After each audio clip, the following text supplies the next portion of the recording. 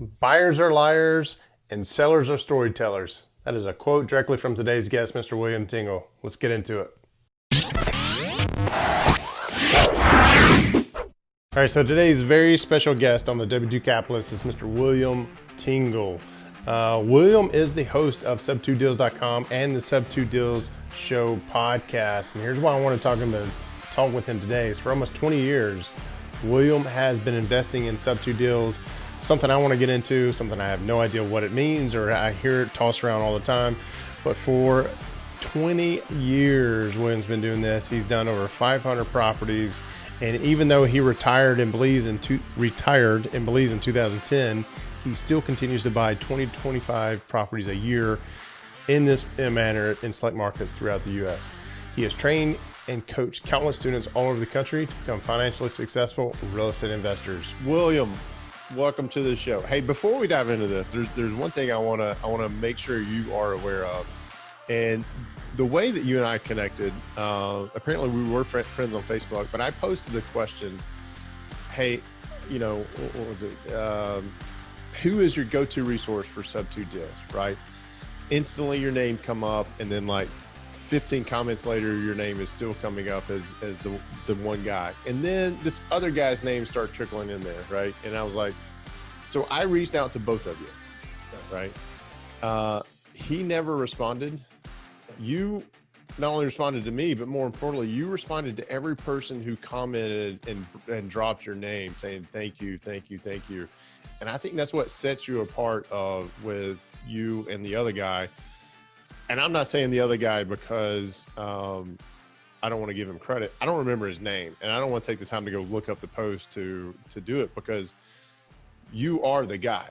I mean, we were just talking about the GOAT poster behind you, and I think the way that you make this personable is so resonating with folks, because Sub2 deals are, I don't know, it's mind-boggling to me, and I'm hoping we can clear that up today, and anybody else who's struggling to understand what a Sub2 deal is. What is a Sub2 deal? So if we can start, number one, thank you for being that guy. Thank you for being very personal, not just responding to me. Again, is everybody who tagged you in the comments, you're like, well, thank you. You could tell that it was genuine. So thank you for being that guy in our space, because I think so much of that happens in our space. There's not a lot of people that would do that. So definitely setting you apart, at least in my eyes, for what it's worth.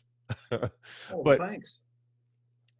I want to ask you, so let's very beginning, what the hell is a Sub2 deal? What is a Sub2 deal? Well, in its simplest form, a Sub2 deal, somebody owns a house. Okay. And for some reason, they want to get rid of it. And there are a million reasons. And you've been in real estate a while, you probably know. It can be something as simple as, I just don't like the house anymore, I want out of it. It can be as complicated as a parent died, there are heirs, there are multiple people involved. But somebody wants to get rid of a house. Okay. And you step in as an investor and say, hey, listen, we can do this very quickly, very simply.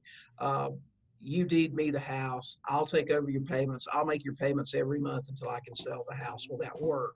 There's no closing cost for the seller. There's very little for you as the investor. You know as well as I do, you can go to the bank and borrow money and pay thousands of dollars in closing costs. I hate I can banks. close. I can close a Sub2 deal. And literally, if I do it myself, it literally costs me $15. Go file a deed at the courthouse. If I go look up the title myself, take the time to do those little steps, $15, I bought a house. I start making the payments. I can rent it out. I can sell it with seller financing. I can live in it myself. I can do anything with that property I want, just like I financed it with the bank. I own it, but someone else is still on the note. That's it. Okay. So I want to get in the mind of the person who's going to assign the deed over to you, right? Mhm. So is this somebody who's, I mean, obviously they don't have a whole lot of equity in the property. Is that right? Not always. Not always. Okay. I've had people give me properties for 50 cents on the dollar and sign them over. Now, some of these people were in foreclosure, and maybe the house was worth, let's just say for simplicity purposes, it was worth Please keep 100,000. please keep the math simple for me. I don't Right. have a calculator that I can do that this I, quick. you know, I use that phrase all the time. Denzel Washington in the movie Philadelphia. Explain this to me like I'm 3 years old. The approach that I try to take. Let's say the house is worth 100 and they owe 60, and it's 5,000 of that is in arrears because the payments are only $500 a month and they haven't made payments in a year. And I had a guy literally in a very similar situation a few years ago give me a house worth about $90,000. Needed just paint and carpet, very simple, shave and a haircut as far as rehab. And he said, "Give me Shaving a haircut. $3,000 and you can have it." And so I did. I wrote him a check for 3,000, spent a couple of thousand on paint and carpet, and we listed the house. He only owed about 45 on it. We listed the house, sold it for I think 89, and made 40 grand on the house. Now, why did that guy do that? He was just at a place in his life. He had gotten a divorce. He was behind on payments on his house, and he had just said, "I'm out, man." As a matter of fact, when I handed him his certified check in his driveway, what he said when he held that check in both hands was, "Daytona, here I come." I mean, he literally just didn't care. And you run into people like that sometimes. It's just a place they're at in their life where they don't care. But you're right. Typically, there's not going to be a tremendous amount of equity. Yeah. Today, our number is 92%. Our average property that we buy now, we're paying 92 cents on the dollar for it. Gotcha. And this is where I think I get confused is when you pay $92 on the dollar, or 92 cents on the dollar, excuse me, Right. that would have been a hell of a return for the seller. Yeah. You get the deed of the property, but they're still on the note. Like how does that okay? And how are most banks okay with that? Well, banks, everybody heard about the due on sale clause, the due on sale jail, It is like the biggest fear mongering thing in right. our That's space is what happens if I get called due on Yeah. sale, right? Okay, this is what I can tell you for certain. Pretty much every mortgage since 1982, 83 has had a due on sale clause in it. And if you read the due on sale clause, this is very important. If you read it, I mean, pull up a mortgage that you've got and actually look it up. It says transfer of title in this property may cause the bank at their option to call the loan due and payable. It doesn't say they absolutely will, or we're going to do it, or we'll probably do it. It says at their option. In other words, they can make the decision, should we call it due, should we not? And this is what I can tell you. About a year ago, I put out a call to every investor I know, every group that I was in, all my friends. I said, please, if you know for certain of a due on sale issue, actually where the bank called the loan due and followed through, please contact me and let me know. I had about a half dozen people contact me, and all but one were just friends of friends that heard about something that happened at some point or whatever. One person contacted me and said, I had it happen to me. I'll tell you about it. And we had him on the show on our podcast, and he explained what happened. And it was a small regional bank, and they pay closer attention to what's going on. And there were some tips along the way that led to why it happened. It wasn't a clean sub-2 deal like most are. So can it happen? Absolutely. Will it happen? This is what I can tell you also is fact. In over 20 years, in buying over 500 properties subject to from every bank in the book, from Bank of America to Regions Mortgage, Wells Fargo, Mr. Cooper, it doesn't matter. We've been down the list. I have never, ever had one bank mention due on sale to me. Wow. I would love to listen to that podcast personally. So if you have a moment, just send it to me, and then I'll add it in the show notes as well, because I'm imagine there's gonna be some eye-opening stuff in there as well. I was gonna make a joke there, and this is probably not gonna resonate with a whole lot of folks, but it sounds like that you have a bigger chance of dying from COVID than you do from getting a due on sale clause. I would think so. I mean, I don't know. Calling on you. So that's interesting. 20 years you've been in the business. 500 transactions, and you've never had it happen. And you're doing exactly what a lot of people say would cause the bank to do on that. So that's interesting. That's interesting. So you mentioned earlier the kind of folks who want to go to Daytona, for lack of a better phrase, right? They're ready to go.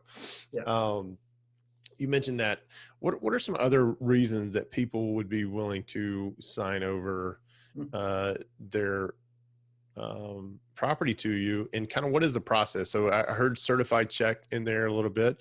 You talked about taking the title to the courthouse and filing it for $15. I probably wouldn't do that myself. I'd probably talk to my lawyer and pay him a couple $100 to let him do it. But because again, 20 years and 500 transactions later, I probably would do it for myself for $15 or have one of my people do it versus pay the lawyer. But I'm first starting out. I'm going to consult my lawyer anyway. What other things, like you find the person, and we'll get into here in a minute, what other reasons people get into the situation? But let's just say you get them to agree, all right, I'm going to let you take over payments for my house. What's the next step that you take? Well, to answer your first question about people in these different scenarios, I'll give you a few really quick, some scenarios we've dealt with. Divorce. My first sub-2 deal was the guy that was getting a divorce. The house was brand new. They had bought it 1 year before, young couple, 20 years old. They were getting a divorce. He couldn't make the payments on his own. They needed 2 incomes. He wasn't behind in payments, but he said, I won't be able to continue making them. This house still smelled new inside, clean car. I mean, literally 1 year in. And that was my first sub-2 deal. We bought properties from people that had tremendous equity. That I bought my biggest profit deal ever. We made over $70,000 on this one. Was a gentleman that he had lived in this particular house in a nice part of town with his wife. They'd raised their kids. They were very well to do now. He had bought a golf course house, and that other house needed a little bit of updating. It had shag carpet in it. It needed U-light fixtures. It was dated. But it was in good condition, but he had to keep going over there and mowing the grass and keeping it up and doing stuff. And it was just a pain for him. I was literally at a investors meeting at a Chinese restaurant, and he was leaving a note on my truck from my from my magnetics on my saying, hey, I got a house I need to sell. And I went over and talked with him, and he said, this house is just really a pain in the butt to me. And I said, well, I just made my pitch because that's what I did. And he said, sounds like it'll work for me. And we bought it and sold it on a contract for deed, and the folks cashed us out. And we made $70,000 on the house. He just gave it to me. He had plenty of money, and he didn't care. But, okay, so the second part of your question. Is that the anomaly, though? Is that the anomaly? Yeah, I mean, that's a great story. Yeah, but it's a little unusual. I kind of feel like your 20 years of experience got you to that opportunity because you've learned so much along the way to make that just happen real quick. You know what I mean? Well, and let me tell you the reason I got that deal. Anyone else would have come in there, immediately put it together. The house is worth 200. They owe 140. There's no way they'll agree to just let me take over the payments. They're probably going to want some money. So I'm gonna lead in that way. Okay, so you guys have, and I'm gonna say all the wrong things. Okay, Mr. Seller, it looks like you have about $6,000 in equity. How much of that would you have to have? Well, I didn't ask those questions. I said, listen, this house needs some updating. It needs some things done to it. I'm going to have to spend some money on it. We could probably come in and take over your payments. Would that work for you? Now, he had every opportunity to say, oh, heck no. I'm going to need some money. I got equity here, but he didn't. I'd already listened to his story, and that's always the first thing you do, Jay. Get the story. Why do you want to sell? I heard it in his voice. The guy's got plenty of money. He doesn't care. It's just a pain in the butt for him. He just wants it gone. And when they give you key phrases like that, I really just want this house gone. They're not too worried about it. He didn't need money for a new down payment. He didn't need the money at all. And he could have come in and said, well, William, I'm going to need a little cash out of this. I've owned this house a long time. I know there's equity. And we could have dealt from that. Would I have given him cash? Well, sure I would have, because there was room. But I didn't offer it, and he said, okay. And Yeah. most people just don't have the courage to do that. I always tell Yeah. my And students, yeah, I, go I, ahead. I want to tap into your coaching program here in a minute, but I want to, I'm one of those guys, unless I actively, like for the other day, yesterday, matter of fact, I have a property. I don't want it anymore. Mhm. The property management company who manages it for me, I've let them slide on several things, and just because it's pain, and I own it outright. It's only other different story here, but I called the tenant and on the phone, and I said, look, here's the deal. The property management company has let me know they are no longer going to manage this property for me. And I said, I'm not in a position to find another property manager or find a new tenant if you guys decide to move out or whatnot. I would like to sell it to you, right? Mhm. Because they've been there for a couple of years. They've always paid on time. And I'm thinking, on the phone, she starts breaking down crying right there, upset that here we are, we're about to enter the holidays and blah, blah, blah. And I was like, so immediately I was like, all right, wait a minute. I'm not saying you have to move out. Trying to make a long story short here is she started pulling my heartstrings a little bit. I was like, look, I'll work with you. You know, I'm not trying to say you got to get out or your rent's going to double or anything like this. I'm going to work with you. But all of a sudden I start offering up things that she wasn't even asked for because she simply Mhm. started crying. And I was like, Right. gosh. Anyway, so I need practice doing that. And I feel like that's probably where your coaching program comes in. So I would love to talk about that a little bit here in a minute, but I want to circle back into, you've got the reasons why people enter sub-2 deals, Mhm. right? And then what are some of the things that happen after that, after you both agree, you Right. negotiate, whatnot? Sure. Sure. What happens next? Okay, well, let me just back up one thing here first. Let me say this before I get into the technical aspects. Don't Okay. ever assume just because somebody has equity or they're not in foreclosure or whatever that they won't go for it. Yeah. I mean, Yeah. and listen, we don't talk about sub-2 with our seller. What I'm going to say, I'm going to listen to your story, Jay. If you're my seller on the phone, I'm going to listen to your story.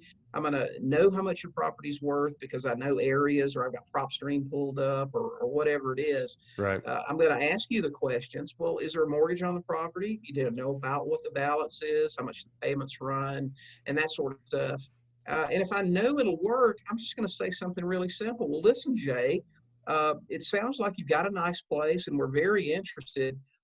Would us making payments for you until we can find a buyer work for you? Okay. That's how you lead in to the That's how conversation. I put it out there. And well, maybe tell me more. I'll hear all kinds of things. Well, maybe tell me more. Absolutely. Would you really do that? All of Mm, those things you'll hear, and then if they want to hear more, you just lay it out how it works. But don't ever assume just because their situation isn't desperate that they won't do it. yeah. But to go to the technical aspects, okay, Jay, once you and I have agreed, you say, yeah, that would work for me fine. I say, okay, so I'm going to shoot you over a contract. And if you're remote, you're going to do that by DocuSign or Mm, whatever, and a couple of other documents. And you do that. If it's local, you're going to go meet with them and get your documents done. We get a contract, we get a disclosure, we get a limited and specific power of attorney from them. We also get an authorization to release. And the authorization is going to give us the okay to call the bank and verify information. Now, remember, we've already talked to you and you've given us mm-hmm. information, and we've written the contract based on that. If our due diligence uncovers the fact that no, you don't owe 150, you owe 200, then we're going to have to talk again. Yeah. There's a saying I use a lot: buyers are liars and sellers are storytellers. And it happens, right? Yeah. But here's another thing that I see a lot of, especially new investors are afraid of. We actually talked about this on our coaching call the other night, is the fear of executing a contract. If I talk to you and it sounds like a good deal, I'm going to get that contract, okay? Because I'm not going to go out and do a lot of due diligence without something tying me to that property. Maybe I've wasted a lot of effort. Maybe by the time I come back to you in a week or two, Crazy Steve, who buys any house, has already talked to you and you signed a contract with him. But don't be afraid of the contract. If things don't pan out, you can always get out of the contract if you've got it written correctly. And I'm not talking about weasel clauses. I'm talking about legitimate stuff, verifying the information you gave me. If your balance owed is off, if the condition of the property isn't what you claimed it was, all of those things are legitimate reasons to back out of a contract.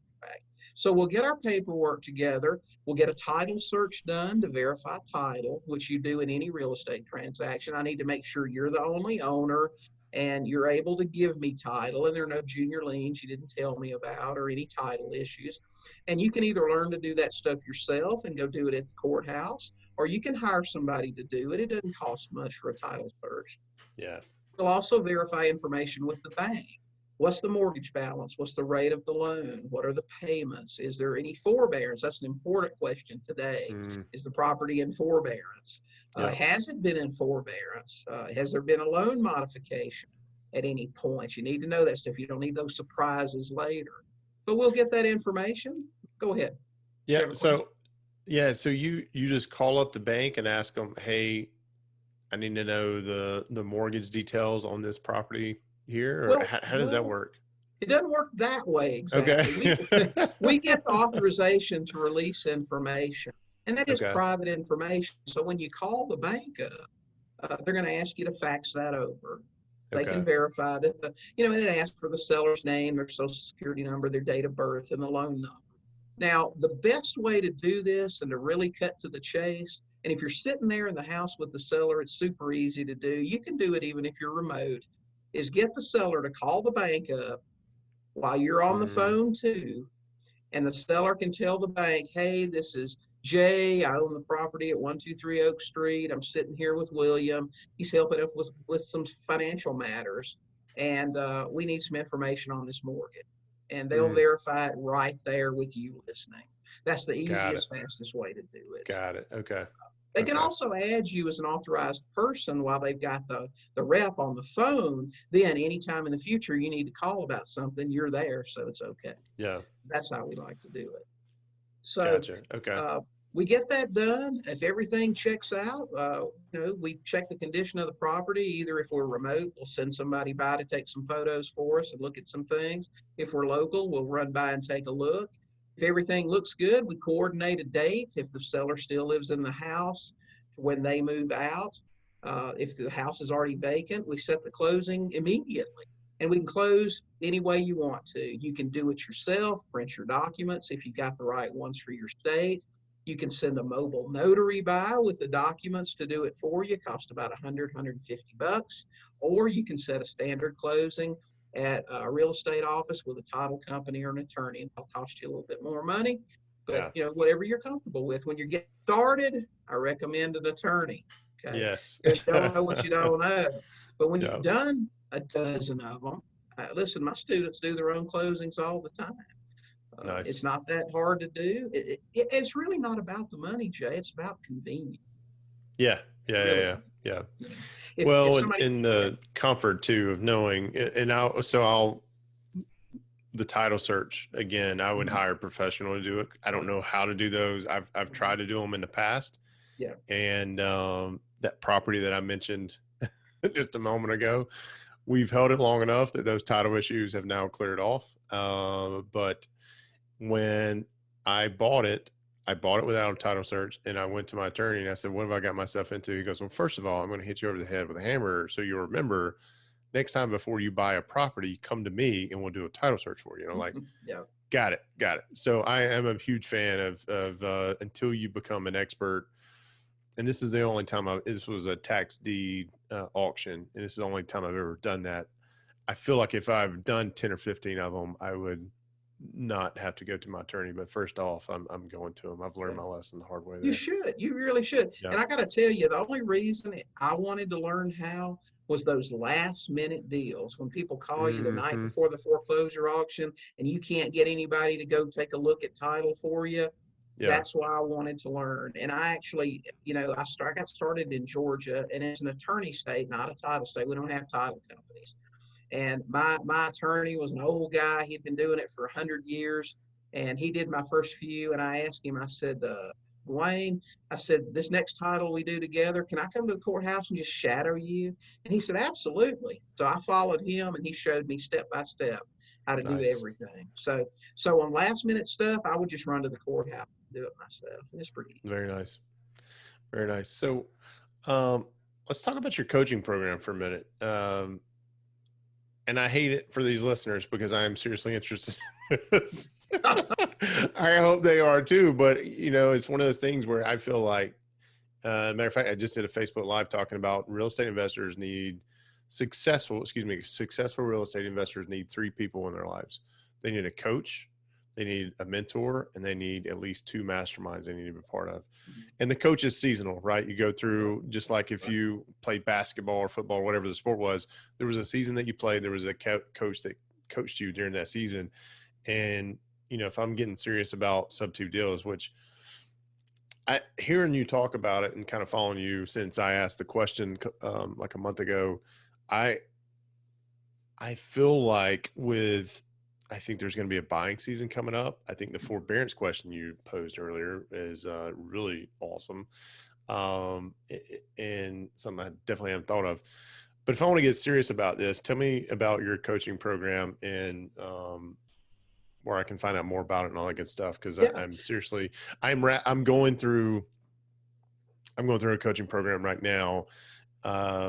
It'll end at the end of December. So I'm kind of looking at what am I going to do for the first quarter, right? What's sure. my coaching going to be? Because that would potentially align with what I think where the buying season is going to Yeah. start. So tell me a little bit more about that. Sorry, listeners and viewers, but this is, I I think know I you think and I could talk about this offline, William, but sure. why I've got you here. Yeah, yeah. I'll tell you about it. I mean, it's nothing real complicated. We've got two programs that we do. One is a joint venture partnership program that we do. It's a 6-month program. We typically take on people who already have some real estate knowledge. Maybe they've been wholesalers, rehabbers, or whatever, and they're interested in sub two, and they just don't know how to do it. And so we'll work with them in their market. We'll do a market analysis. We do weekly coaching calls with them. They get my phone number. They've got 24-hour access to me if they have seller calls or whatever they need to know what to do. They also have lifetime access to our Facebook group. That's lifetime access they get. We do that joint venture partnership. Then we do the Facebook coaching group, which is a subscription based. It's a very low fee. It's $67 a month. We do weekly coaching calls in there. We provide forms for them, documents, explainer videos, how to use them. And then, of course, it's a mastermind sort of format where it's constant questions and answers. We're all communicating. So those are the two programs that we offer right All right. So I'm going to follow up with you on the joint venture stuff once we do this. And if anybody's listening knows, when I say that stuff, I definitely follow up on it. I had Mark Willis, who is a certified financial planner, came on to talk about the bank on yourself concept a couple months ago. And I told him, I said, look, man, when we hang up, I'm going to schedule some time with you. I went and did that. And we've now started this bank on yourself concept ourselves. And there's some other interesting stuff that's coming up. I don't know that I can say that just yet, but there's by the time this comes out. But anyway, there's some cool stuff coming out about that. But it just I meant it earlier when I don't like bankers. Bank is a 4-letter word for a reason, and now. this whole That's concept right. will allow us to take advantage of being our own bank, right? And creating our own pool of money that we can use in our investments. I'm curious, you mentioned a couple of different niches there with flipping and wholesaling and stuff. Do you have those all kind of seem to go together? Like if you could find a wholesale deal or a deal that doesn't fall into a wholesale bucket, it may fall into the sub two deal bucket. It may fall into the fix and flip bucket. Um, do you do any buy and hold? You know, listen, up until 10 years ago, I was a transaction engineer. I marketed, and the Yeah. leads that came in, I pigeonholed those things. This is a flip. Okay, we're going to flip it. This is a rehab. We're going to rehab. This is a sub 2. We're going to sub 2 it, and we may exit with a Section 8 rental. We may exit with a lease option. We may exit with owner financing. And we did everything. I mean, we made chicken salad out of chicken poop on a daily basis. You know what I mean? I figured I'm marketing, I'm going to make something happen. About 10 years ago, I had some life changes. I got a divorce. I've been married a long time, got a divorce, moved out of the country, actually moved to Belize and lived there for several years, and just started investing remotely. And just that Wow. change made rehabbing difficult. I just really refined the process. And all we do now is look for pretty houses, target low equity stuff, VAs that are transferring, that have only owned the home a couple of years. They're typically newer, nicer homes in great condition, things like that. And we'll buy those and immediately sell them with seller financing. That's all we do. So what we get is the equivalent of a nice wholesale check up front with a down payment. Our typical house we buy is about $250,000. So we'll get $25,000 up front. We'll collect anywhere from $300 to $500 a month in cash flow, another 15 on the back end. So we get another wholesale chunk like that. So I think it's the best of all worlds. It's rental income, it's wholesale cash immediately, and it just works great. And that's one of the things I teach my students, what I call the 12 houses to freedom. Buy one house a month, every month with those criteria.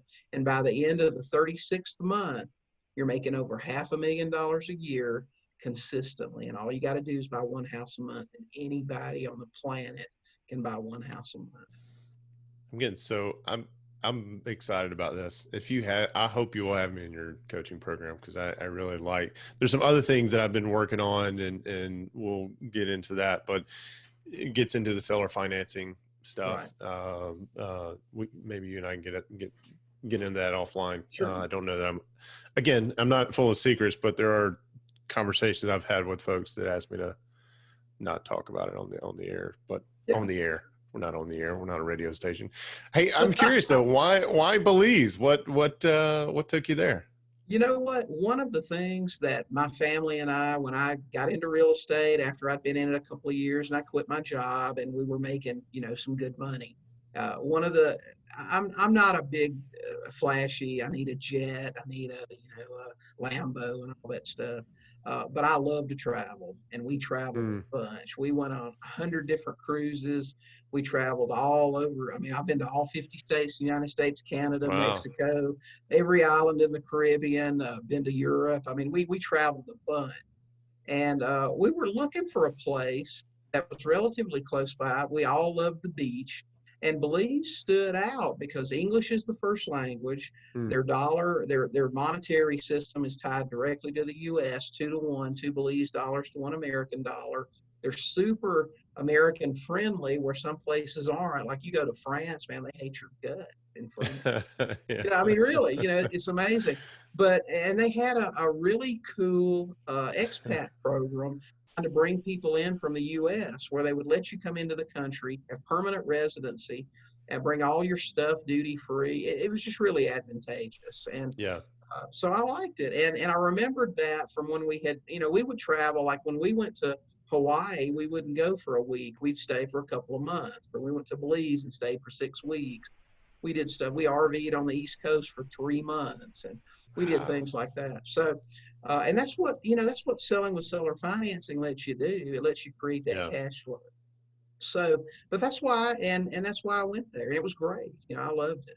But I mean, like I said, I met my wife. She was a coaching student of mine, and we been talking about stuff other than coaching. Wait a minute. This is going to unravel here now. Yeah, really. And so she said, listen, I love Colorado and I'm not leaving. And I said, well, okay. So I moved to Colorado and we got married. And so I'm freezing now, man. This place is killing me. A lot different than Belize this time of year, I'm sure. Yeah. Did you buy any property when you were in Belize? Did you? No. I don't buy property in foreign countries, especially in almost third world type situations. It's a little too volatile in places. You never know where they're going to change the laws, and things will be a little different. But no, I continue to buy in the U.S. Yeah, I was curious if any of if you had if any of the recent hurricanes that we're experiencing, has affected any of your properties, but if you don't have any, then that's a moot point, right? So, that's cool. That's cool. Never been to Belize. I've only I love your travel. Like my wife and I, so we have three young kids, 6 and under. Yeah. And we want to do the RV thing. We want to Oh, take off, and she would leave tomorrow if we could. And I'm like, I she's more patient with the kids than I am. yeah.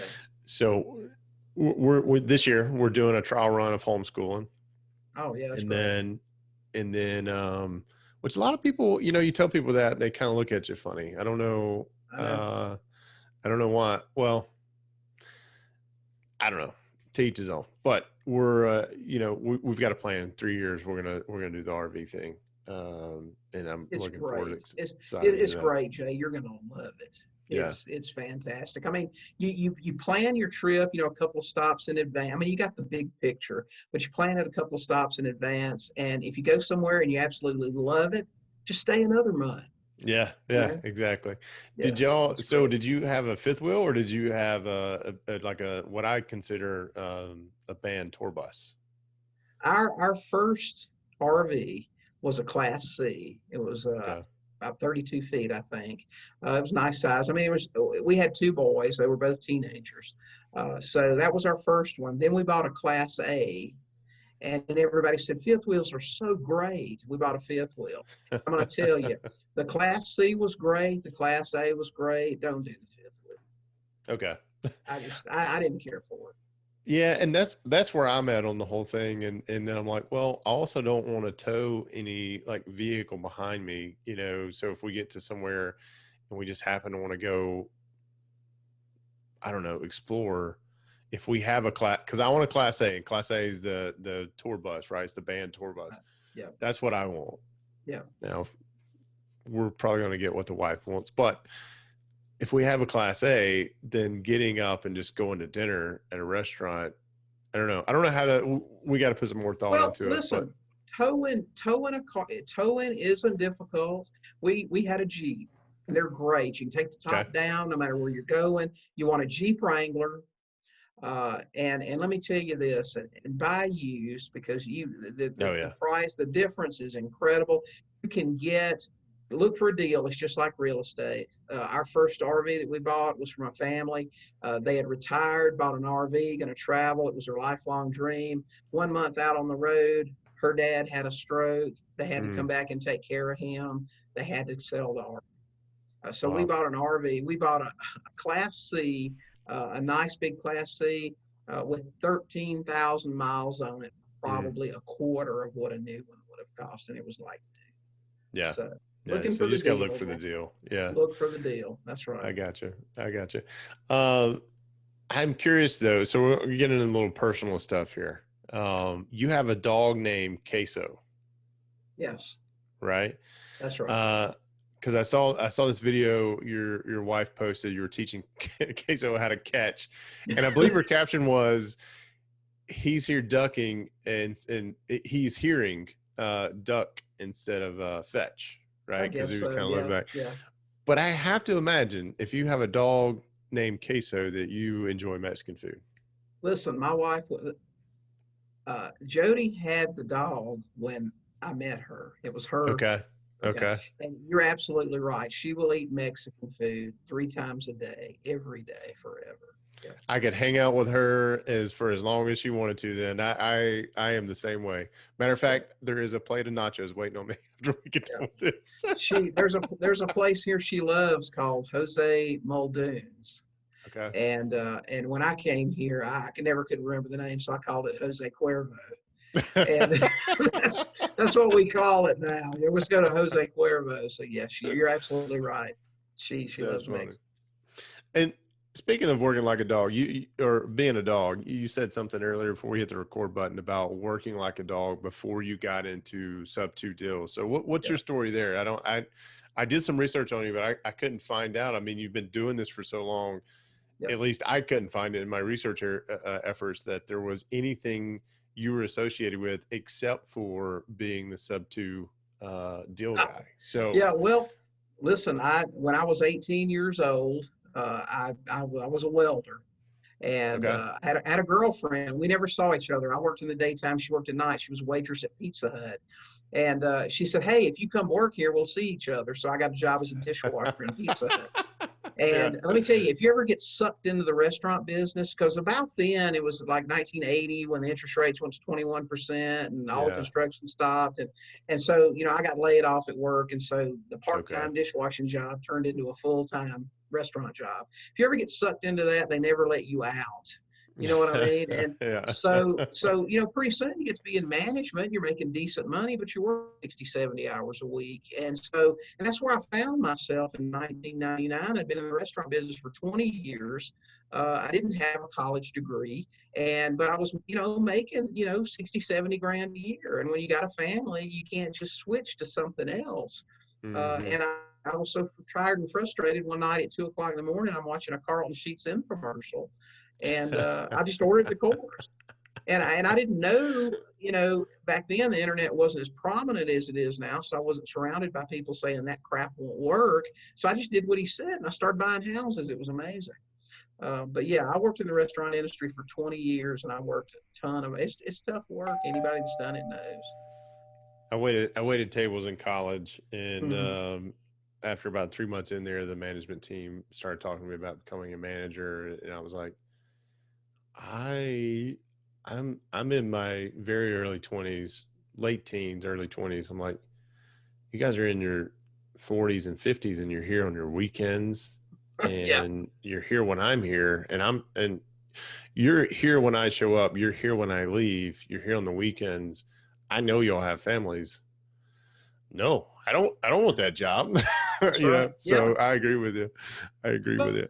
yeah, you start looking around and you got small children and you leave before they're awake and you get home after they're in the bed and that's no life. Yeah, and that really, and I know we're picking on the restaurant industry right now, but that really is the case with most of corporate America right now, right? Yeah. Now we're in the middle of COVID, so a lot of folks are realizing they can work from home, and which might be, I don't know, have you received any leads from people who said, "Hey, my employer now says I can work from anywhere. I'm going to hop on a train to go to Florida because I don't like the cold weather in Colorado anymore," or wherever the case they are? Is that? No, we haven't bought from anybody in that situation. We are starting to market to landlords though, to out-of-state owners. We're Yeah. looking for people who aren't getting paid. Gotcha. So that's Gotcha. that's that's a new thing that we're starting to do. Haven't had any results from that, but Yeah. looking for landlords who just the tenants have just decided they don't have to pay, so they won't. You can't get me out. What you gonna do? Yeah. So we're That's, looking for those right now. that's pretty smart. In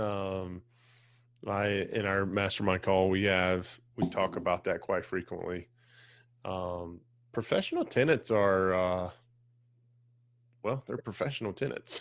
Yeah, I don't know how to put it other than they have figured out how to game the system, and there's a couple in the mastermind right now are going through some pretty difficult situations, and I mean thousands. If you combine the two, I know it's over tens of thousands of dollars that their tenants are back paid on rent, and right. even though where these properties are, there's been assistance.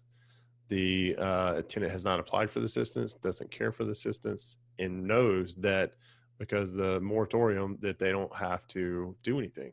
And it's just teaches you, I don't know. I kind of look at it and said, well, I know where I'll never invest. Mm. It's in those states, you Yeah. know? Well, and I think there are a lot of landlords out there that just aren't people that just aren't really thinking. Instead of trying to fight it or ride it out, Mm-hmm. just go talk to people. Don't be afraid to knock on the door and just talk to the tenant. Pay them to leave. Yeah. Whatever works. That's the approach that we have with our seller finances. If somebody stops paying, we're going to try to talk to them and try to find out what's created the problem. Can they make partial payments? What can they do? If it's obvious their situation isn't going to improve very quickly, they gave us 10% down. If this is a $250,000 house and they handed us $25,000, we've got a formula we use. The condition of the house, we'll start at 50% of what they gave us, minus any repairs that need to be made. If I have to pay somebody back $5,000 or $8,000 of that money to get my house back and resell it, it's a good deal. Gotcha. The house doesn't get destroyed. They even help you show the house because they want the money, and they know they're going to have to pay you in the end anyway. So they may as well do it. Just go talk to people. Don't be afraid to do that. Don't be afraid of the crucial conversation, right? Or the critical conversation needs to be had. Yeah.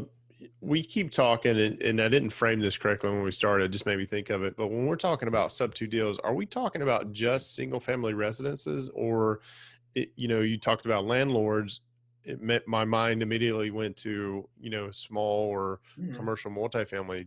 Can you do a sub-2 deal on a commercial multifamily?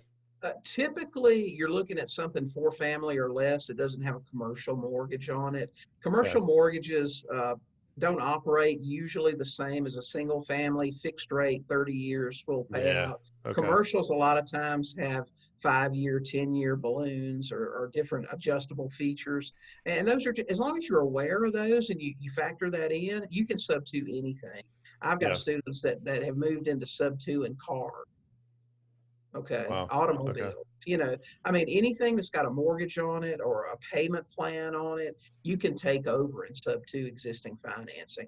Just know that the notes are probably different. You need to know the Are you concerned at all with the sub-2 deal niche? I was going to call it an industry, but it's not an industry, but the sub-2 deal niche. With the way the interest rates are low today, right? And the Feds said, hey, for a couple of years, we don't think we're going to have to do anything with it, right? But are you concerned about where the sub-2 deal market is headed? Is this going to help you guys? Is it going to hurt you guys? Or are the reasons that, and I may just be giving you the answer here, are the reasons that people want to enter a sub-2 deal, they're going to exist regardless of what the interest rate is? Absolutely, they are. Remember, Jay, I've been doing this for 20 years. When I got started, if I found somebody with a loan I could take over at 8%, man, that was great. It's not gonna make any difference. We just got some tremendous cash flow deals. I mean, I got students cash flow at $800, $1,000 a month. Wow. One of our students in California just bought a house that he's going to sell it with seller financing. I believe his rate to his buyer is only going to be 3.75%, and he's still going to cash flow $1,000 a month because he's taking over a 2% loan on a $500,000 property. Wow. Okay. So there is no, there is, excuse me, sub-2 deals apply for every price point there is. Absolutely, they do. Wow. Yeah. Okay. And the higher the dollar amount, the more money you can make. When I talk about the 12 houses, also bigger the risk, though.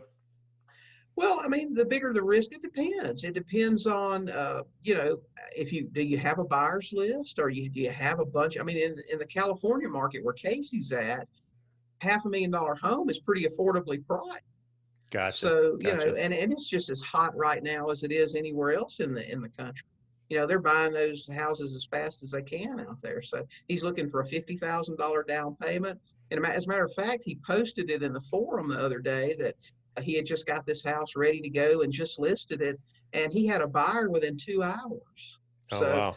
Pretty amazing. So says a lot about your group too, man. That's incredible. Casey, you should listen to my podcast with Casey too. Casey in 2008 was the most hated blogger in the world. He had a blog called I'm Facing Foreclosure.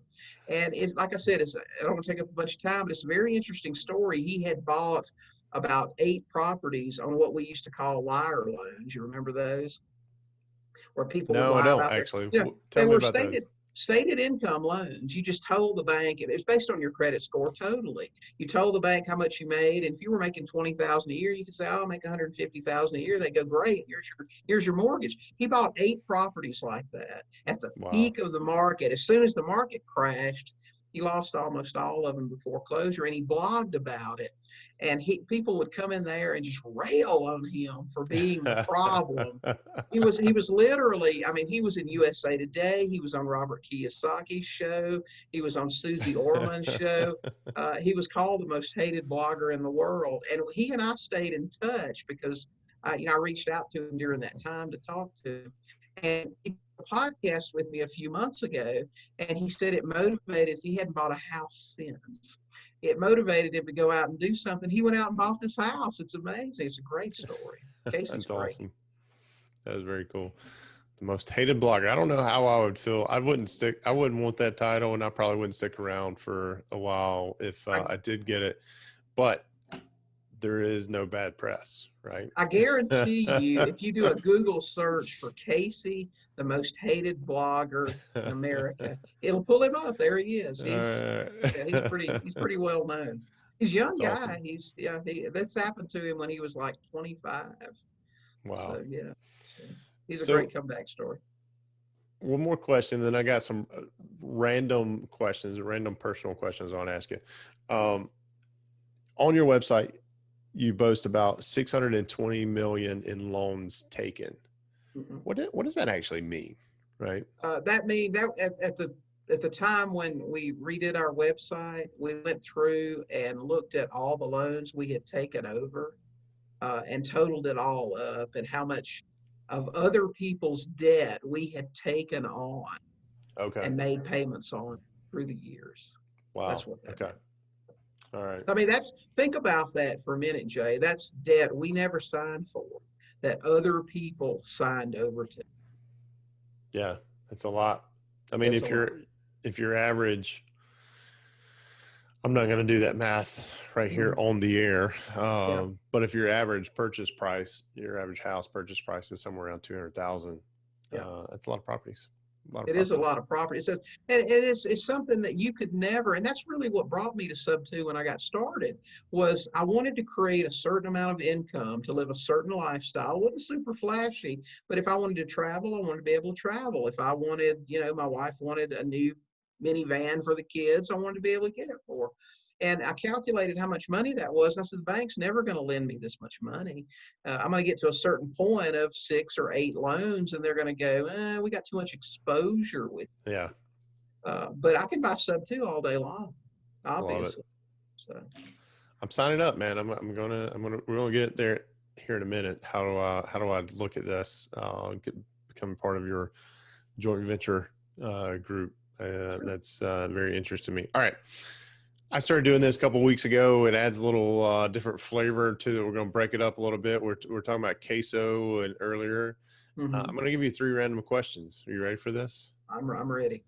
And forgive the pause. Sometimes I have to go through. This is an app I have on my phone. Sometimes I have to get the safe for listeners cards, but this one's pretty easy. Not pretty easy. It's pretty safe. We're talking about Keso earlier. Would you rather eat only salty food or only sweet food for an entire year? If I had to go for a year, it'd probably be salty. Me too. I would, yeah. I don't know why. I'm not a big sweets person, although that's not true. You get into moods for sweets, though. Mood for sweet comes and goes. I can go without sweet for a long time. I don't think I could eat sweet exclusively. No, and I've got some guys in the mastermind and gals who are real into being physically fit and whatnot. So the other night in one of our happy hour sessions, I committed to doing 75 hard, and which is one of those workout regimens or whatnot. Right. And one of the things in there, you have to choose a diet. I don't know that I've ever had a diet that I've used to try to lose weight before in my life. And I was like, you know what? Let me just see, because they joke around with me a lot because I like cereal. Every time we end the mastermind or every time before bed, I will eat at minimum 2 bowls of cereal before I go to bed. And big fan of Cheerios, hashtag not sponsored, but if they want to sponsor the show, I'd love to. Yeah.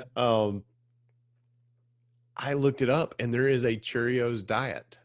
Like there is Wow. Yeah. Cheerios has created this diet, like where you only eat cereal for, I don't know, so many days.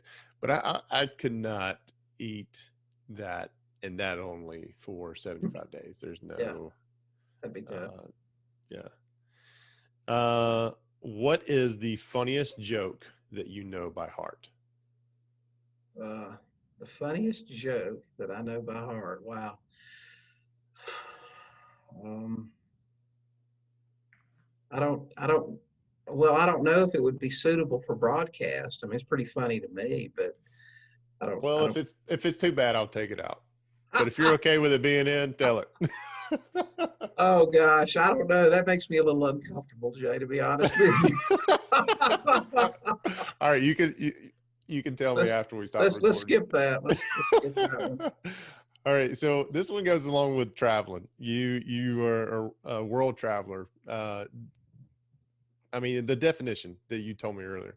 Mhm. Have you ever had a weird Uber experience? I've never Ubered. What? Never. That's the same thing my How wife can? says. How can you never Uber? I said, listen, because everywhere I've ever gone, in the beginning, I would always just rent a car, you Yeah, know, and then as time's gone on and stuff, and I've just realized, like when we got married in New Orleans during Mardi Gras. So you know how it is down there. A car would be useless. We didn't Uber yeah. though. We just took taxi. I don't know why. I've just never. Maybe it's my age. You know, it's a younger person's thing or whatever. But my wife's Ubers all the time when she goes places. But I've never ever Ubered. Never. William, you and I are not that distance in age. I know You might be that there's no. surprised. I might be. You might be surprised. Well, thank you, sir, for being. I've only Ubered a couple of times. Matter of fact, the last business trip I had on when I had a W-2, we had to go to Boston and whatnot, and um, I think that was one of the second or third times I've Ubered at all. And I called my wife, and she says, "What are you doing?" I said, "Well, I'm sitting here in the hotel lobby waiting on my Uber to go meet. We're gonna go to this restaurant and have some drinks and blah blah blah." She goes, "Who are you right now? Like, who am I talking to? Grabbing an Uber?" I was like, "Yeah." So I Yeah. can check that box. I've been there. I don't even have the app. I mean, I just I never. don't think I have it Never. anymore now that I Yeah. no longer have a W-2. I mean, yeah, I'd probably pop it on there if we start traveling again for fun. But hey, that could answer my question. If I get a Class A RV, we get to our destination and then we just Uber everywhere. Yeah. That could That way I be. don't have to Yeah. haul anything. We have the flexibility. I don't know. That Yeah, but listen, no, but listen, let me tell you, you're gonna want to when you go certain places, you're gonna want to like you go up in New England, you're gonna want to take yeah. leaf drives in the fall. You're gonna want to go to the cranberry bog with your kids. You're Okay. gonna want to do all those things. So you know you're gonna need a Jeep. Get a Wrangler and just get the tow bar. It's not hard to tow. Okay. All right. Jeeps Can are you fit great 5 kids too. in a Jeep? Uh, well, 5 kids. I mean, 3 kids. Sorry. There's Three, oh five yeah, across the five yeah, total. across the back. Okay. Yeah, sure. Yeah. All right. Yeah, small children. Yeah, you could get them in, no problem. And then Okay. maybe you just need a bigger, a Wrangler. I mean, a bigger Jeep at some point. But yeah, you can tow a Jeep 4 down. You don't have to have the tow thing or Thing whatever. behind. But Okay. yeah, they're great. That's what you want. I had a Wrangler Unlimited and Mhm. then sold it when we started having kids because we adopted the Ramsey baby step principles, and that was one thing. It was the third car, didn't need Right. it, sold it. But Yep. anyway, William, I have enjoyed talking with you and getting to know you tremendously, knowing about Keso and all the cool stuff about you, about being a world traveler. All that aside, I am interested about how do I sign up for sub-2 deal coaching, and then how can people find out more about you and what all that you have going on? Well, the easiest way to find out something that won't cost you a dime is to join our group. our Facebook group, the Sub2 Forum, and you can get there. We bought a URL to direct you. It's sub2forum.com. That'll take you straight to the Facebook group. It's free, doesn't cost you a nickel. I'm in there every day. If you're interested in the JV partnership, you can go to our website, which is sub2deals.com. Click on consulting, and there'll be a drop down, joint venture partner. It'll tell you how it works. Click on there and schedule a call. We'll do a call with you. It won't cost you a cent. Talk a little bit about your investing goals, your experience, and if what we have works for you and your experience level, we'll work together. The Facebook coaching group is also found on the sub2deals.com website under the consulting tab, coaching group. You can go there, read about it, see what it includes, sign up for that. Like I said, it's a subscription based. It's $7 a month. There's no commitment. You can join for a month, see if you like it. If you don't, bug out. No hard feelings. Nice. We'll still take you in the free group and still answer. So whatever you like, but that's the best way to find out about us. Hang out in the free group for a while, see if you like what you hear. Awesome. Well, I want to invite everybody to follow my lead and go to sub2deals.com and schedule a call with William, or I'm assuming you don't take every call. It's probably somebody on your team. I take every call. Do you really? Wow. I do. Listen, if you sign up for anything with me, you deal with me. I love that. I don't have a bunch of junior coaches that are going to be on calls with you. Every single call is with me. And nice. I don't hire that stuff out.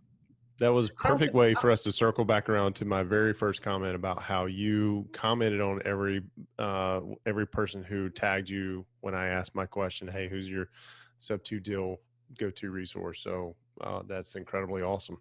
I don't take that many students. I don't have thousands of students. I mean, I have thousands of people that follow us and come obviously in the free group, but our coaching group on Facebook is small. It's only about 100 people. We don't advertise it and that sort of thing. And our joint venture partners, I've only ever had 4 of those at a time. I have so many hours in the day, and I don't farm out the coaching. I super appreciate all of the people that I work with. And awesome. We try to make sure they're successful. So. All right. Well, I'm going to find the time to talk to you again then. Okay. Sounds good. I'm looking forward to it. William, thank you very much. And if you're watching this on YouTube, just reply with #GOAT and William's going to know what you're talking about. Oh, yeah. If you're listening on the podcast, you need to go to YouTube. Check it out. Yep, that's right. All right, William. I will chat with you soon, buddy. Okay. Thanks. All right, guys. So we just wrapped up with William Tingle, our very special guest of the day.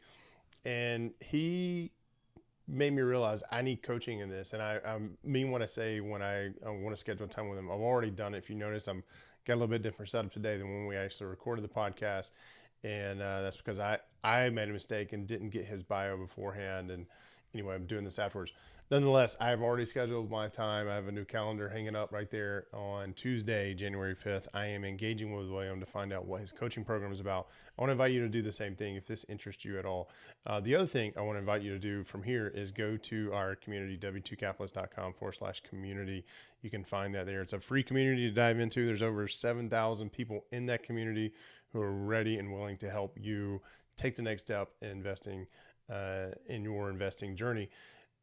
But for those who are serious about, for those of you who are serious about investing, come join us in the mastermind. We're in the middle of this huge expansion in the mastermind, meaning we're doubling it in size by the end of the year. That is my current plan. And you can find out more about it by going to w2capitalist.com/mastermind. Now, not everybody gets in.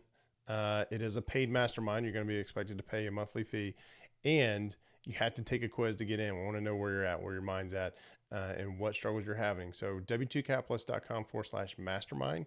You'll find the link in the description below. Also, you can find out when all the mastermind calls happen and all the different events that we have going on at w2capitalist.com/events. Also be in the description below. Yeah, that's it. Next, I want to see you in this video right here.